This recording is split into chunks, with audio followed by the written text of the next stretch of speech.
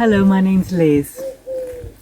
I'm here today to talk a little bit about the idea of inner listening. Inner listening is a key principle at the Findhorn Foundation, and it's linked particularly to one of the founders, Eileen Caddy, who wrote about her own experiences of finding what she called the still small voice within. The book she wrote is called Flight into Freedom and Beyond. And it's a very humane, moving book about one woman's journey to find inner stillness and guidance through life's challenges. I felt very moved by the book when I read it and connected with it very much because of my own journey through finding my way through challenging times and finding within myself something that supported and guided me if I could take the space and time to listen.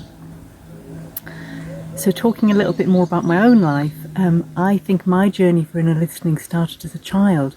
I always loved going off on my bike on my own, my bicycle, and I used to go behind the house into a big tree I could climb up into, and there was a little stream in the village. I used to go and sit and listen by the stream, and I found this deeply replenishing, and those weren't the words I'd used as a child, but when I look back, that's what it did for me.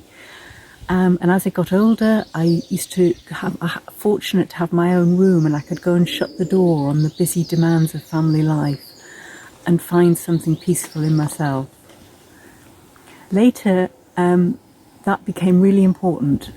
My family broke down when I was only 12, and what followed was 5 very unhappy years for all of my family, really. And I ended up myself in boarding school when I was 14, lonely and sad.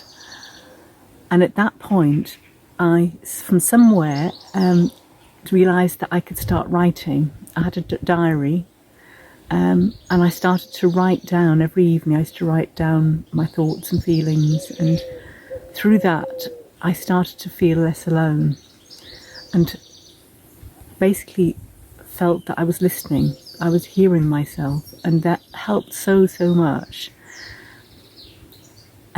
Writing's always continued through my life as a way of doing that, connecting deeply with myself, finding the still small voice within, finding something that supports me and guides me. Sometimes things are very confusing, as is the world at the moment. However, by being patient with myself and writing, often clarity begins to emerge.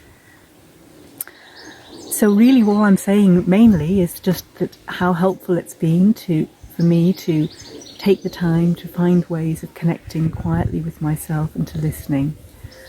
And I think at this time it's really important. There's lots of ways of doing it. Some people walk, some people cycle, some people run, some people dance on their own at home. All of these ways, lots of ways, meditating, yoga. But I feel it's so helpful to take the time to be quiet with yourself in whatever way you can. So thank you very much for listening to me today, and I'd like to just finalise by saying that please have a look at the Findhorn website. We're going, as an organisation, going through huge changes at this time, but we're continuing very much to commit to our core commitment, really, which is to serve the planet. And there's lots of interesting things happening that you might want to dip into and have a look at. So thank you, and sending much love and light from Findhorn, just outside the nature sanctuary, a beautiful little place that has always given me a sense of peace. Thank you.